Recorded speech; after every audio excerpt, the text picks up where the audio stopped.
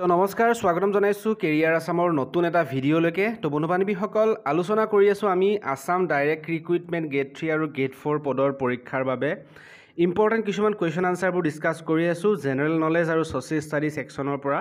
ঠিক আছে, অলৰেডি 10টা পাৰ্টত ভিডিঅ' বনাইছোঁ। যদি সেই ভিডিঅ'কেইটা চোৱা নাই আমাৰ ডেছক্ৰিপশ্যনত প্লে'লিষ্টৰ লিংক পাব, তাত গৈ আপোনালোকে গোটেইকেইটা ভিডিঅ' চাই ল'ব, ইম্পৰ্টেণ্ট ভিডিঅ' হয়। ঠিক আছে, আৰু আগন্তুক দিনত ADRE গ্ৰেড 3 আৰু গ্ৰেড 4ৰ বাবে সম্পূৰ্ণ চিলেবাছটো কভাৰ কৰিম। চেনেলটোৰ লগত জড়িত হৈ থাকিব, চেনেলটো ছাবস্ক্ৰাইব কৰি ৰাখিব। ঠিক আছে, তো আহক ভিডিঅ'টো আৰম্ভ কৰোঁ দেৰি নকৰি। তো ইয়াতে প্ৰথম কুৱেশ্যনটোত আগবাঢ়িছোঁ। প্ৰথম যিটো কুৱেশ্যন আছে ইয়াতে সুধিছে which dynasties coin were known as Narayani. ইয়াত কৈছে যে কোনটো বংশৰ মুদ্ৰাক নাৰায়ণী মুদ্ৰা নামেৰে জনা গৈছিল। ঠিক আছে, তো ইয়াতে অপশ্যন দিয়া হৈ আছে কছাৰী, চুতীয়া, কমতা আৰু কোচ।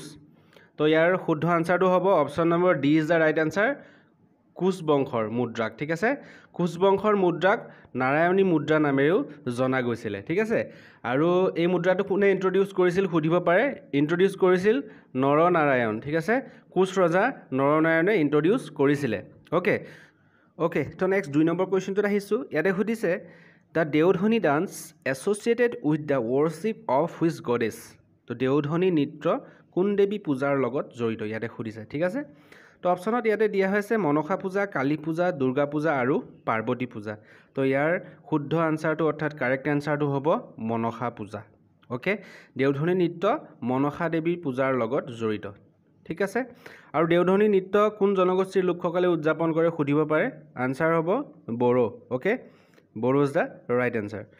নেক্সট 3 নম্বৰ কুৱেশ্যনটোত আহিছোঁ। ইয়াতে সুধিছে which Assamese writer known as a উপন্যাস সম্ৰাট, অৰ্থাৎ কোনজন অসমীয়া সাহিত্যিকক উপন্যাস সম্ৰাট বুলি জনা যায় বা কোৱা হয়। ঠিক আছে, তো অপশ্যনত দিয়া হৈ আছে শৰৎচন্দ্ৰ গোস্বামী, লক্ষ্মীনাথ বেজবৰুৱা, কৃষ্ণকান্ত সন্দিকৈ আৰু Rajanikanta Bordoloi.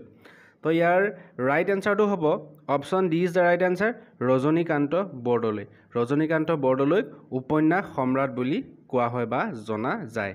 Okay, next 4 number কুৱেশ্যনটোত আহিছোঁ। 4 নম্বৰ কুৱেশ্যনটোত আছে the term bishop in sports is related to which sports. Okay, তো বিশ্বপ শব্দটো কোন খেলৰ লগত জড়িত বিশ্বপ শব্দ সুধিছে। ঠিক আছে, তো অপশ্যন দিয়া হৈছে টেনিছ, গল্ফ, দবা আৰু হকী।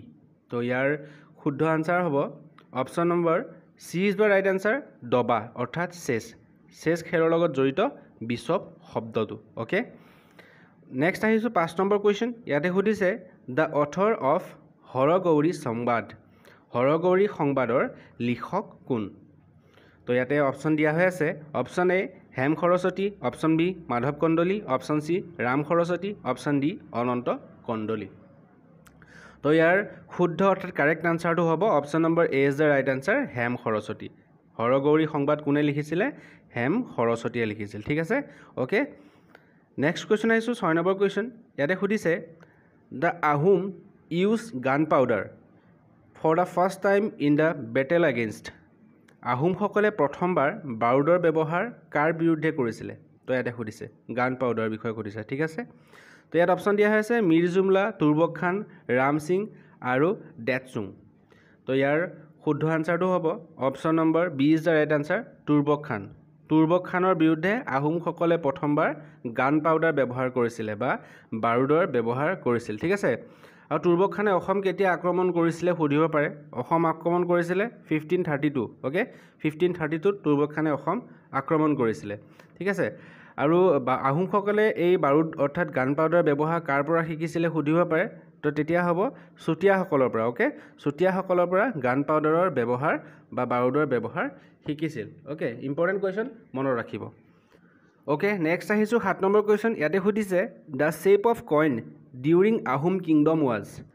আহোম সাম্ৰাজ্যৰ দিনত মুদ্ৰাৰ আকৃতি কি আছিলে। তো এই কুৱেশ্যনটো ইম্পৰ্টেণ্ট, তো বাৰ পৰীক্ষাত সুধি থাকে এই কুৱেশ্যন। ঠিক আছে, তো মনত ৰাখিব ভালদৰে।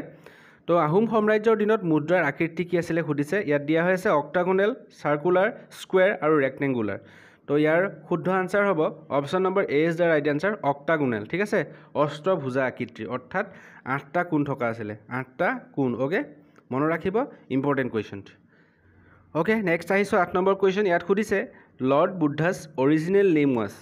বুদ্ধদেৱৰ প্ৰকৃত নামটো কি আছিল অৰিজিনেল নামটো কি আছিল সুধিছে অপশ্যনত দিয়া আছে সমৰ সিদ্ধান্ত দুষ্যন্ত আৰু সিদ্ধাৰ্থ তো ইয়াৰ শুদ্ধ আনসাৰটো হ'ব option number D is the right answer lord বুদ্ধাৰ প্ৰকৃত নাম আছিলে সিদ্ধান্ত ঠিক আছে সিদ্ধাৰ্থ সৰি লৰ্ড বুদ্ধদেৱৰ প্ৰকৃত নাম ওকে তো নেক্সট আহিছো 9 নম্বৰ কোৱেশ্চন এই কোৱেশ্চনটোত আছে Pongal is a festival of which state of India Pongal কোনখন ৰাজ্যৰ উৎসৱ ঠিক আছে পংগল হৈছে কোনখন ৰাজ্যৰ উৎসৱ অপশ্যন দিয়া আছে কেৰালা অসম তামিলনাডু আৰু ওড়িশা ঠিক আছে তো ইয়াতে শুদ্ধ আনসাৰটো হ'ব option number C is the right answer Pongal হৈছে তামিলনাডুৰ ৰাজ্যৰ এটি উৎসৱ ঠিক আছে ইম্পৰ্টেণ্ট কুৱেশ্যন মনত ৰাখিব এইটো ওকে নেক্সট আহিছোঁ 10 নম্বৰ কুৱেশ্যন ইয়াতে সুধিছে which Ahom king establish Auniati Satra সুধিছে কোনজন আহোম ৰজাই আউনীআটী সত্ৰ নিৰ্মাণ কৰিছিলে তাত দিয়া হৈ আছে জয়ধ্বজ সিংহ ৰুদ্ৰসিংহ শিৱসিংহ আৰু গদাধৰ সিংহ ঠিক আছে তো ইয়াৰ শুদ্ধ আনসাৰটো হ'ব option number A is the right answer Jayadhwaj সিংহই আউনীআটী সত্ৰ নিৰ্মাণ কৰোৱাইছিলে ঠিক আছে আৰু জয়ধ্বজ সিংহ ইজ দ্য ৰাইট আনসাৰ আৰু ক'ত নিৰ্মাণ কৰিছিল সুধিব পাৰে আউনীআটী সত্ৰ ক'ত আছে সুধিব পাৰে তো মাজুলীত ওকে মাজুলীত আছে ঠিক আছে আৰু কিমান চনত সুধিব পাৰে চনটো হৈছে 1653 ওকে মনত ৰাখিব ইম্পৰ্টেণ্ট পইণ্ট নেক্সট আহিছোঁ 11 নম্বৰ কুৱেশ্যন ইয়াতে সুধিছে what is the minimum age prescribe for a candidate contesting the Lok Sabha election তো লোকসভাৰ নিৰ্বাচনত প্ৰতিদ্বন্দ্বিতা কৰিবলৈ প্ৰাৰ্থীৰ ন্যূনতম বয়স কিমান ঠিক আছে মিনিমাম এজ সুধিছে তো ন্যূনতম বয়স ইয়াতে অপশ্যন দিয়া আছে 18 বছৰ 25 বছৰ 21 বছৰ আৰু 30 বছৰ তো ইয়াৰ শুদ্ধ আনসাৰটো হ'ব option number B is the right answer ন্যূনতম বয়স কিমান হৈছে 25 বছৰ 25 বছৰ হ'লে লোকসভা নিৰ্বাচনত প্ৰতিদ্বন্দ্বিতা কৰিব পাৰে ঠিক আছে নেক্সট আহিছোঁ 12 নম্বৰ কুৱেশ্যন ইয়াতে সুধিছে the Borbarua and Borphukan important question the Borbarua and Borphukan post were created during the reign of which king তো কোন ৰজাৰ শাসনকালত বৰবৰুৱা আৰু বৰফুকন দুটা পদবীৰ সৃষ্টি কৰা হৈছিলে অপশ্যন দিয়া আছে চুকাফা বিশ্বসিংহ প্ৰতাপ সিংহ আৰু গদাধৰ সিংহ ঠিক আছে তো ইয়াৰ শুদ্ধ আনসাৰটো হ'ব option number C is the right answer Pratap সিংহৰ দিনত বৰবৰুৱা আৰু বৰফুকন নামেৰে দুটা পদবীৰ সৃষ্টি কৰা হৈছিল ঠিক আছে আৰু আহোমসকলৰ প্ৰথম বৰবৰুৱা কোন আছিলে সুধিব পাৰে প্ৰথম বৰবৰুৱা আছিলে মোমাই তামুলী বৰবৰুৱা ঠিক আছে মনত ৰাখিব আৰু প্ৰথম বৰফুকন কোন আছিল সুধিব পাৰে প্ৰথম বৰফুকন আছিলে লাঙি পানেচিয়া বৰফুকন ওকে লাঙি পানেচিয়া বৰফুকন মনত ৰাখিব ইম্পৰ্টেণ্ট পইণ্ট এইকেইটা ওকে নেক্সট আহিছোঁ 13 নম্বৰ কুৱেশ্যন ইয়াতে সুধিছে Sriharikota is situated in which of the following states Sriharikota তলৰ কোনখন ৰাজ্যত অৱস্থিত ওকে তাত অপশ্যন দিয়া আছে তামিলনাডু কেৰালা দিল্লী আৰু অন্ধ্ৰপ্ৰদেশ তো ইয়াৰ শুদ্ধ আনসাৰটো হ'ব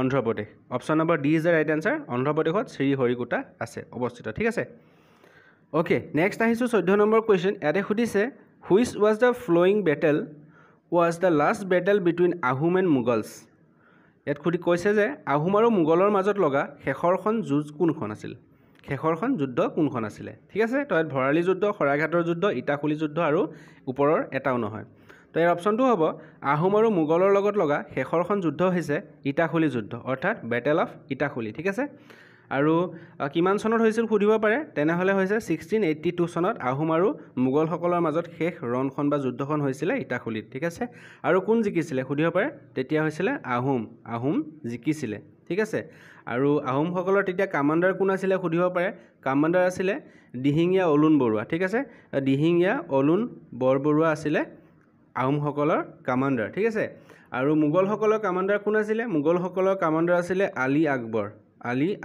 ওকে মনত ৰাখিব ইম্পৰ্টেণ্ট কুৱেশ্যন বন্ধু বান্ধৱীসকল ভিডিঅ'টো ইমানখিনিলৈ চোৱাৰ বাবে অশেষ ধন্যবাদ আৰু যদি আগন্তুক দিনত এনেকুৱা ধৰণৰ ভিডিঅ'সমূহ পাই থাকিব বিচাৰে তেনেহ'লে চেনেলটোৰ লগত জড়িত হৈ থাকিব চেনেলটো ছাবস্ক্ৰাইব কৰিব আৰু যিমান পাৰে ভিডিঅ'টো শ্বেয়াৰ কৰিব যিখিনি বন্ধু বান্ধৱীয়ে প্ৰিপেৰেশ্যন কৰি আছে ঠিক আছে ওকে নেক্সট আগবাঢ়িছোঁ 15 নম্বৰ কুৱেশ্যন ইয়াতে সুধিছে which state was separated from Assam in 1963 okay তো ইয়াতে কৈছে যে 1963 চনত কোনখন ৰাজ্য অসমৰ পৰা পৃথক হৈছিলে ঠিক আছে অপশ্যন দিয়া আছে নাগালেণ্ড ছিকিম পশ্চিমবংগ আৰু মেঘালয় তো ইয়াৰ শুদ্ধ আনসাৰটো হ'ব option A is the right answer Nagaland 1963 চনত অসমৰ পৰা পৃথক হৈছিলে ঠিক আছে আৰু কেতিয়াবা পৰীক্ষাত চনটো সুধিব পাৰে কোন চনত পৃথক হৈছিল নাগালেণ্ড অসমৰ পৰা সুধিব পাৰে তেনেহ'লে হ'ব 1963 ঠিক আছে আৰু নাগালেণ্ডৰ ষ্টেট লেংগুৱেজ কি সুধিব পাৰে নাগালেণ্ডৰ ষ্টেট লেংগুৱেজ হৈছে ইংলিছ অ'কে ইম্পৰ্টেণ্ট এইটো পইণ্ট ইংলিছ আৰু তাৰ এটা নাগালেণ্ডৰ এটা ফেমাছ ফেষ্টিভেল কি হৰ্ণবিল ফেষ্টিভেল অ'কে হৰ্ণবিল